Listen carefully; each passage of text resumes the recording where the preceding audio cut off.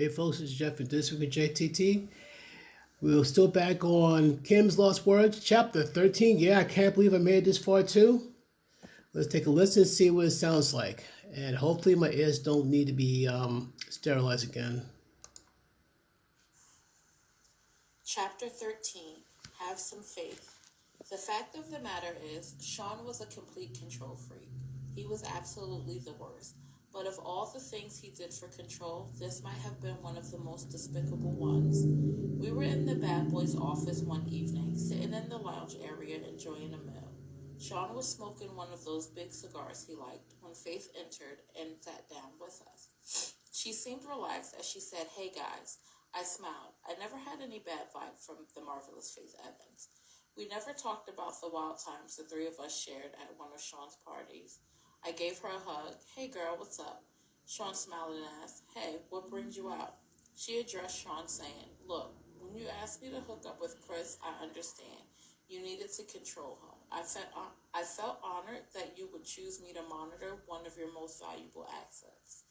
Chris is sweet." Sean laughed and said, "Honestly, I knew you would be good. Make the big man feel loved." "I don't feel good about all of this, Sean." Sean got that look in his eye he gets before he blows his top. Faith saw it also. She treaded carefully. "Sean, you know I'm as loyal as they come." Sean leaned forward, unintentionally threatening, and said in a low tone, "Yeah, but Sean, Chris and I had a child together." Sean leaned back. He let out a deep breath. "I'm going to take care of you. You're not like Chris. You're loyal." Faith had a tear in her eye as she responded. "He didn't have to die." This is getting very touchy. Did she know? Did she suspect? Was this her trying to find out if Sean intentionally killed Biggie? I wanted to ask, but of course there was no way of doing that. This is so crazy. Sean sighed and replied, "He didn't. Don't get me wrong, I missed him, but he was leaving me anyway. No one cares about my pain." Classic narcissistic Sean. It's all about him.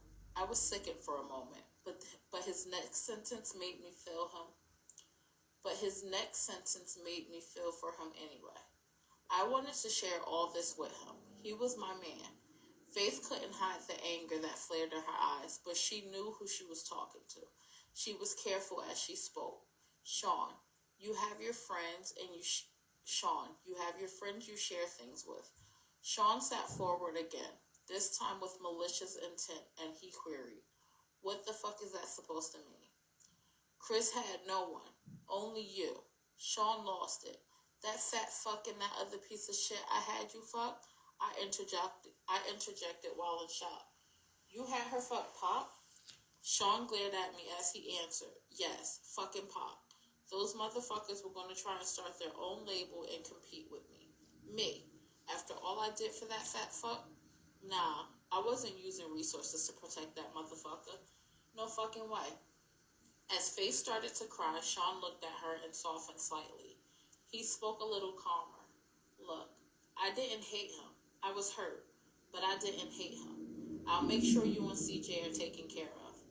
Without words, Faith got up to leave. As she turned, Sean spoke softly. "Faith." She ignored him. He called to her again. "Faith." She exited quickly. Sean looked at me and said, "Damn, I really didn't know what to say." Sean just told Faith that he wouldn't protect her husband because he was going to leave Bad Boy. From a business perspective, I didn't disagree with Sean there. If you're leaving and creating competition for him, why would he spend resources on you? So I hugged Sean, but I always knew he didn't have to send Chris to California. I wondered if he realized that he sentenced him to death. He hugged me back with tears in his eyes and he asked, "How the fuck am I the bad guy, huh? I fucking do nothing but bust my ass to make everyone live comfortably, and I'm supposed to just let niggas walk all over me?" As I held him in a comforting embrace, I replied, "No, baby." He took me right there on the couch. Like I said, Stockholm Syndrome.